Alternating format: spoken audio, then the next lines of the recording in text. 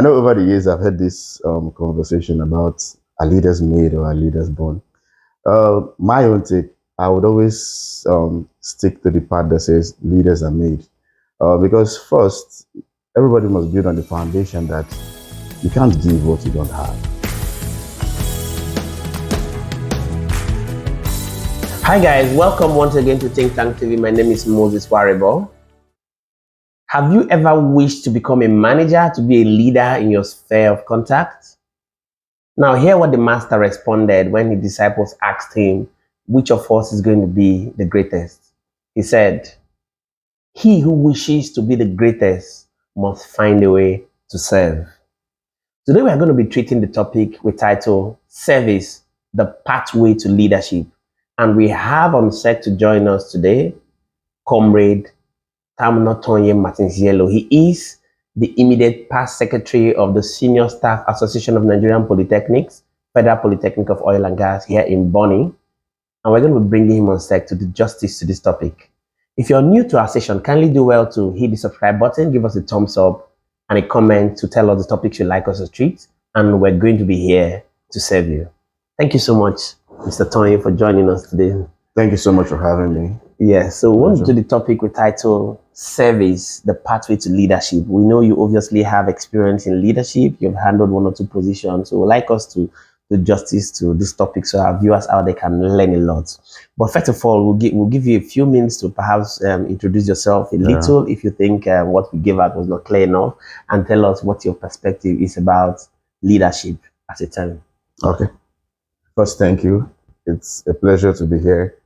The Think Tank TV is actually one of the fastest growing brand. I've seen a couple of your presentations and so on, and I must say it's highly commendable. Thank you so much. My name is Martyns Yellowe Tamunotonye David. I'm an engineer by training, a graduate from the Ahmadu Bello, prestigious Ahmadu Bello University Zaria. Presently working at the Federal Polytechnic of Oil and Gas Bonny. By the grace of God, I've been able to serve the federal government for 7 years, and also served in the capacity of the inaugural branch secretary of the Senior Staff Association of Nigerian Polytechnic. I must say the journey of a brand new baby, if I use the word baby, it's like a steep curve, because you don't have any shoulders to build on. You're excavating from the base, and it calls for a lot of doggedness.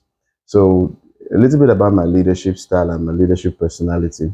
I will say that as we transcend in this conversation, I'll be able to unravel it in bits and bits. Okay, so generally, what's your take on leadership? Who should be a leader?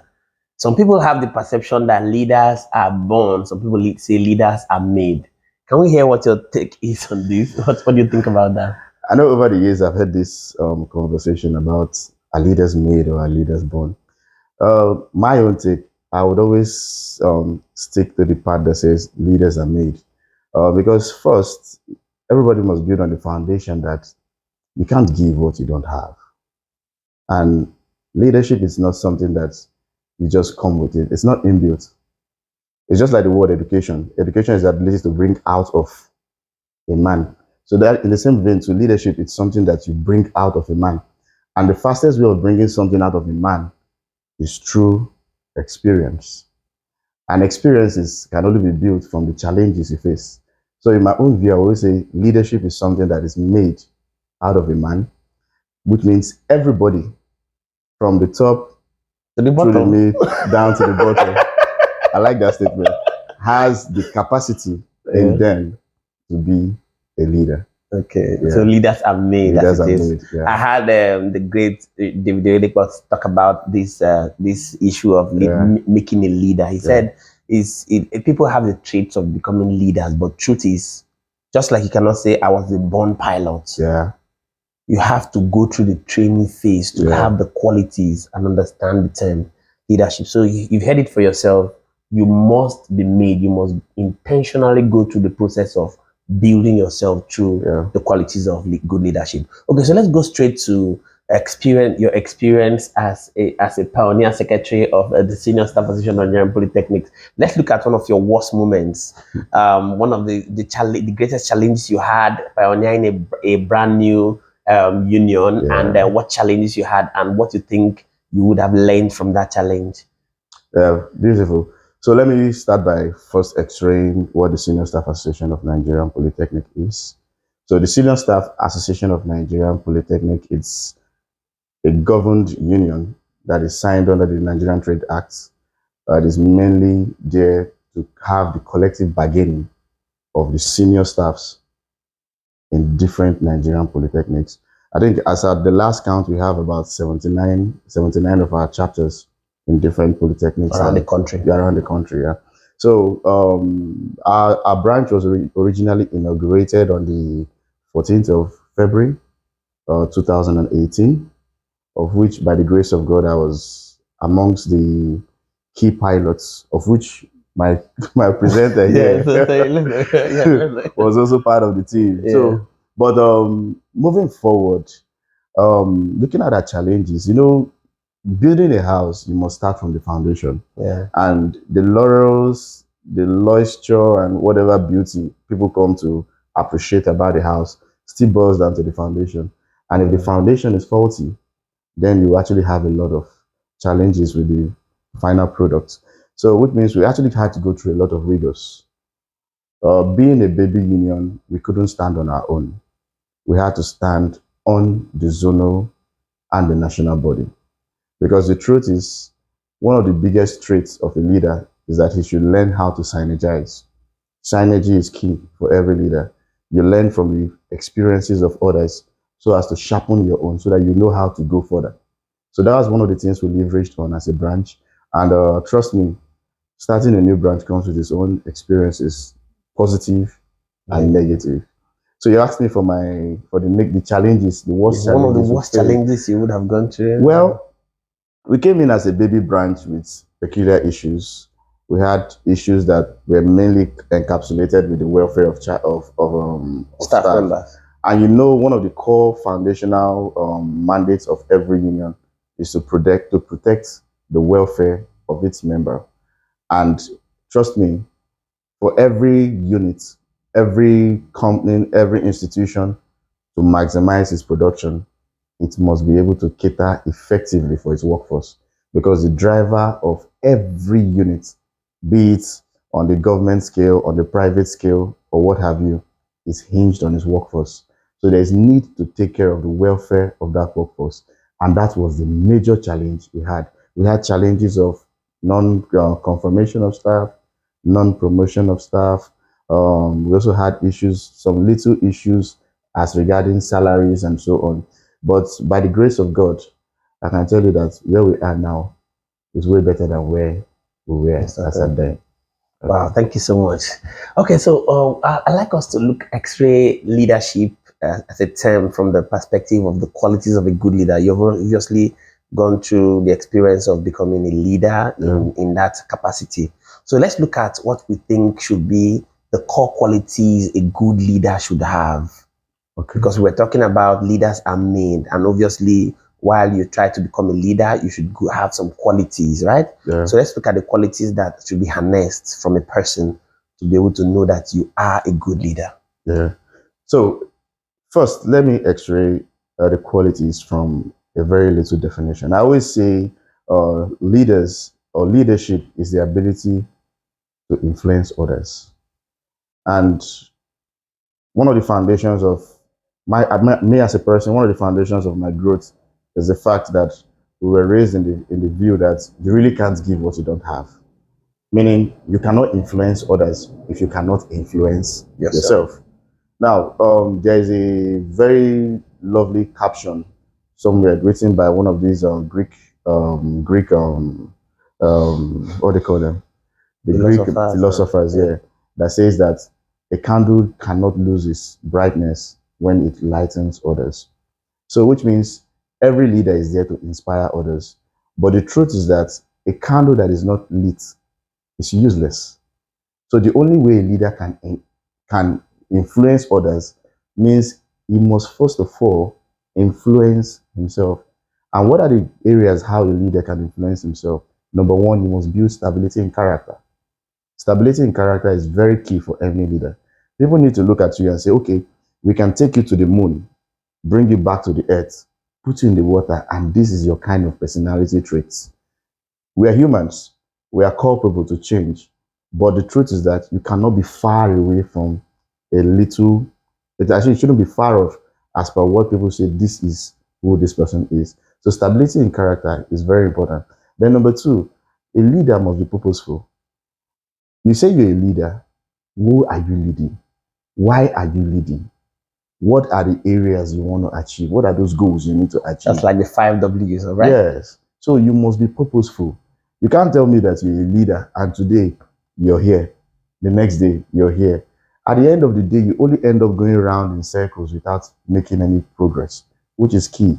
Then number three, That's what Napoleon Hill calls definiteness of purpose. yes, yes. Then thirdly, a leader must have the ability to inspire others.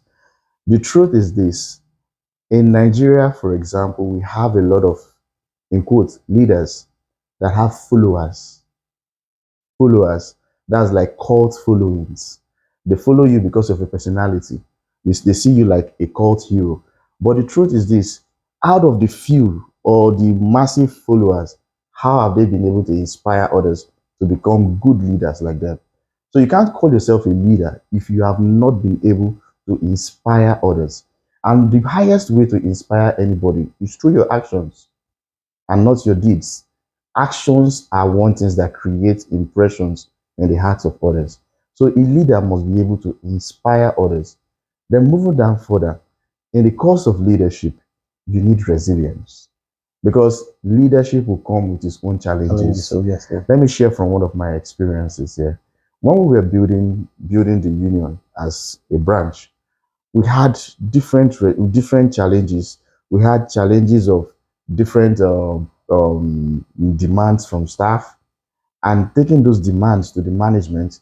You had the management pushing those stuff back at you, and from every angle, the staff team feel well, probably you guys are not protecting their interests. Then the management feels that you guys are not doing your job, but you are only there canvassing all in the name of unionism. So to them, they see you like radicals without purpose. While in the case of your staff, they see you like you're only enjoying the exalted position of unionism without carrying out a lot of things. So you see, from it now, you already have the issues of purpose there. You now have the issues of resilience because this other person is bringing their demand, this other person is bringing their own expectations. Yeah. So as a leader, you'll be faced with a lot of challenges of balancing that. So as a leader, you need resilience. Resilience means ability to hold back.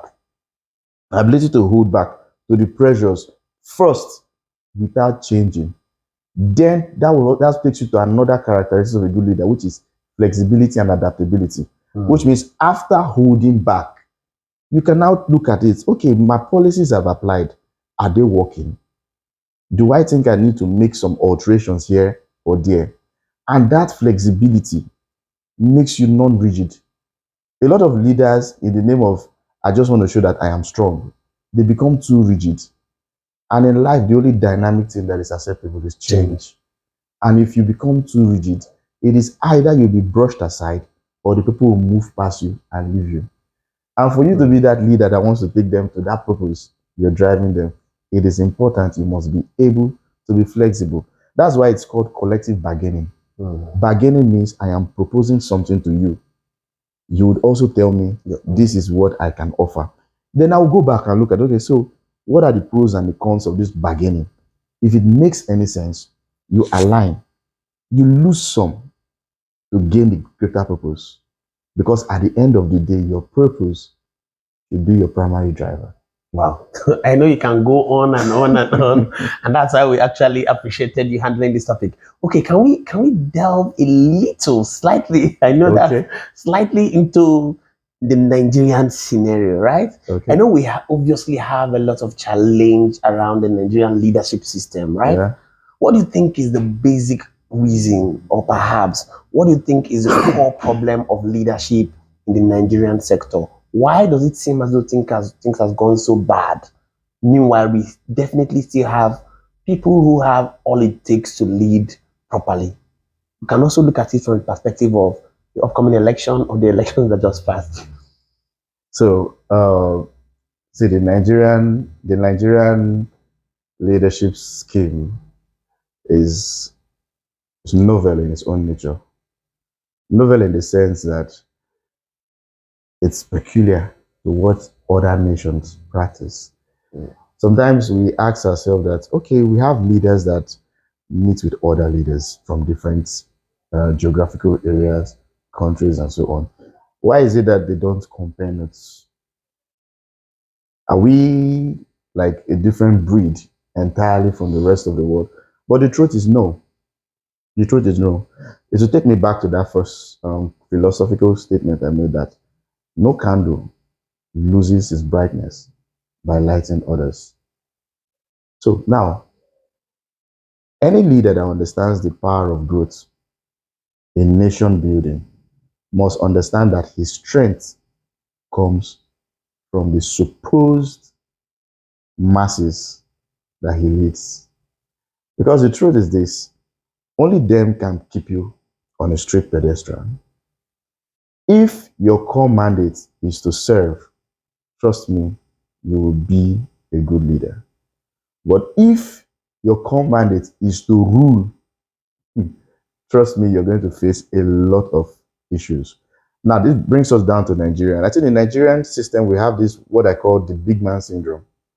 The big man syndrome, where you have someone that comes into a space and he feels that, oh, now that I am elected as a leader, it is time for the people to serve me.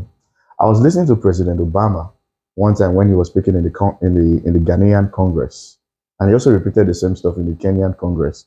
And he said something about Africa. He said, Africa does not have leadership crisis. That the biggest crisis Africa has, we have institutional crisis. Why? Because we have strong men without strong institutions. Let me give you an example. There was a time a certain, in quotes, a certain Chief Justice was removed from power. Why? Because there were little stuffs that were used. Like, okay, you had issues with this area, issues with this area, issues with this area. I wouldn't want to go into the politics of the removal, but the question is this: were there issues that were being raised? I don't know if you get. Yes, there were. Those are institutional questions. Yes, we might have cases where people try to use the power of being there to influence decisions. That one is left aside. But the truth is this: what strong institutions do is that they create and preserve a proper environment for everybody to cohabit. You have leaders that have templates that you go through those templates. It's like a litmus test. It screens you through. It guides your everyday move. You evolve within it. That's why it is possible that you might have someone who is not very well versed with the American system. He gets in there because of it's like an institution already built. In few years down the line, you're already living like you were born there. Why? Because they have created institutions. But in Africa here, or in Nigeria, as peculiar to our country here, we have leaders that want to be praised. They come out and say, oh, this person did this. No, you don't rise on your own.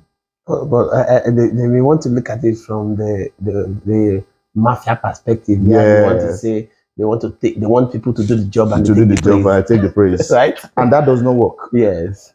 Okay. Let's look at the experience you gathered as a unionist, right? Yeah.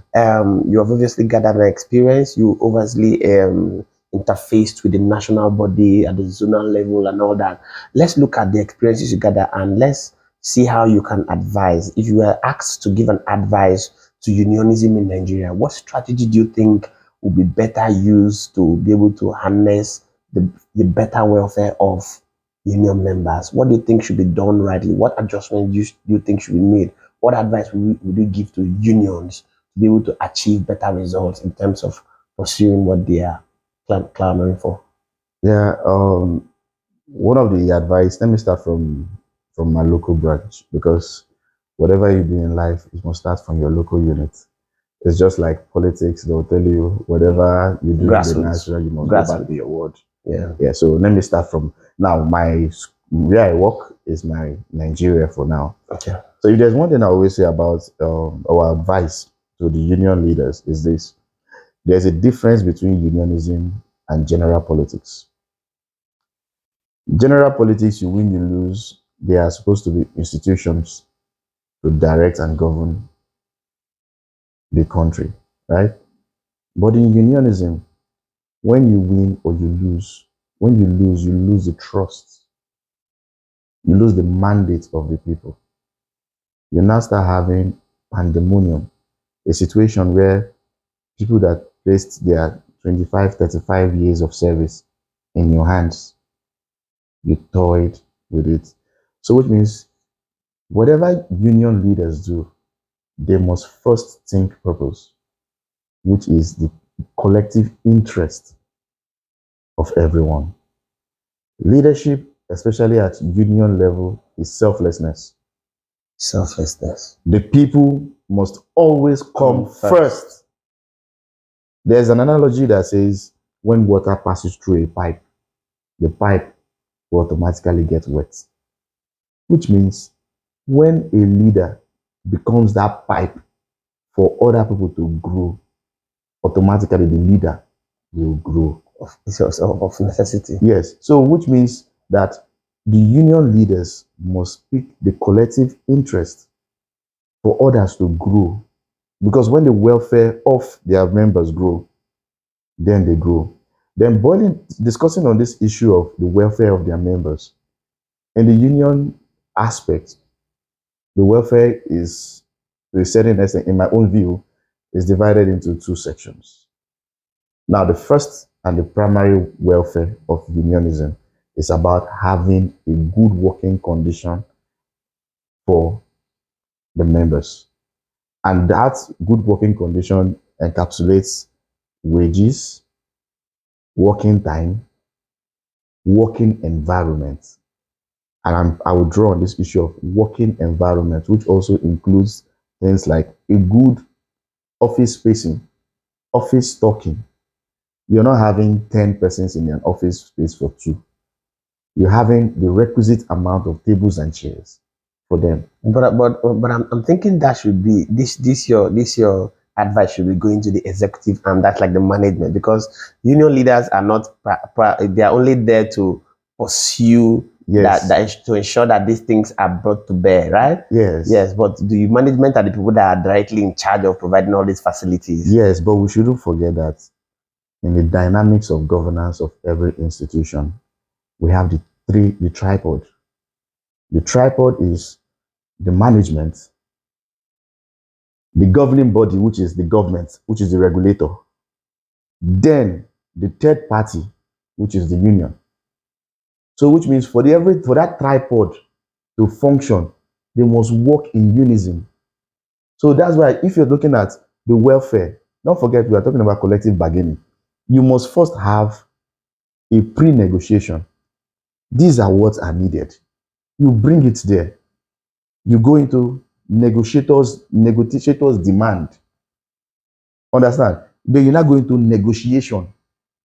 Then you're not going to agreements and acceptance and agreements. Then the last one, which is the fifth one, which is implementations.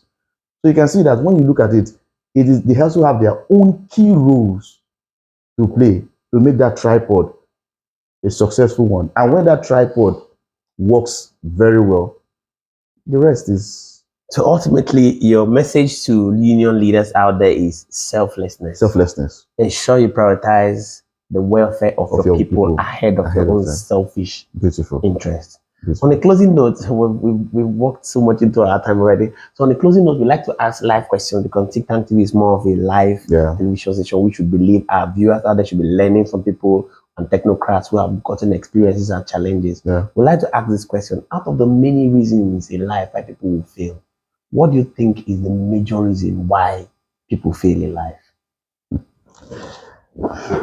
Let me to look at the camera. And Sorry. the major challenge of a lot of person is the fear of failure. Failure in the sense of rejection, failure in the sense of capacity, failure in the sense of self-doubt. See, failure is inevitable. Everybody is bound to fail. That's one of my mottos in life. Everybody is bound to fail. But what counts the most is what you do when you fail.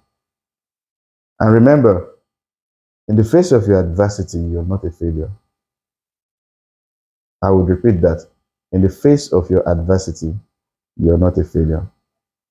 It is what you do in the face of your adversity that makes you, or that puts you in the corridor of a failure. But again, being in the corridor of a failure still doesn't define you as a failure. It is what you do again in that corridor of failure that defines you as a failure. Then furthermore, even while in that corridor of failure, or maybe you have failed to leave that failure, the day you realize that you need to step out of that space, you still are not a failure. You know, there's an adage, there's an African adage that says, anytime you wake up, it's your good morning. And the same way, you have a 24 hours time zone across the world. And having that 24 hours time zone across the world means that morning in another man's country could be night in another man's country. And the afternoon in another man's country could be morning in another man's country. Meaning, irrespective of when, of how challenges of life have pushed you, when you realize your goal, you are now on the pedestrian of success. Joe Biden became a president at almost 77. Obama became a president less than 60 years. But there's one thing they have in common. They have both been presidents of the United States of America. Wow. Thank you so much. I had it from a wise man that said, failure is good. Yeah. Why? Because it actually tells you that you are on your way to success. Yeah. That's what kind it all up. I trust you've learned something today from this episode. This is Think Tank TV, and we ask that you do well to subscribe to our station, give us a thumbs up, and give us a comment telling us how we can be of help to you. We're always going to be here to serve you. Thank you so much, Tony, for joining us. It's a pleasure. Thank you so much. Thank you very much for having me. Thank you.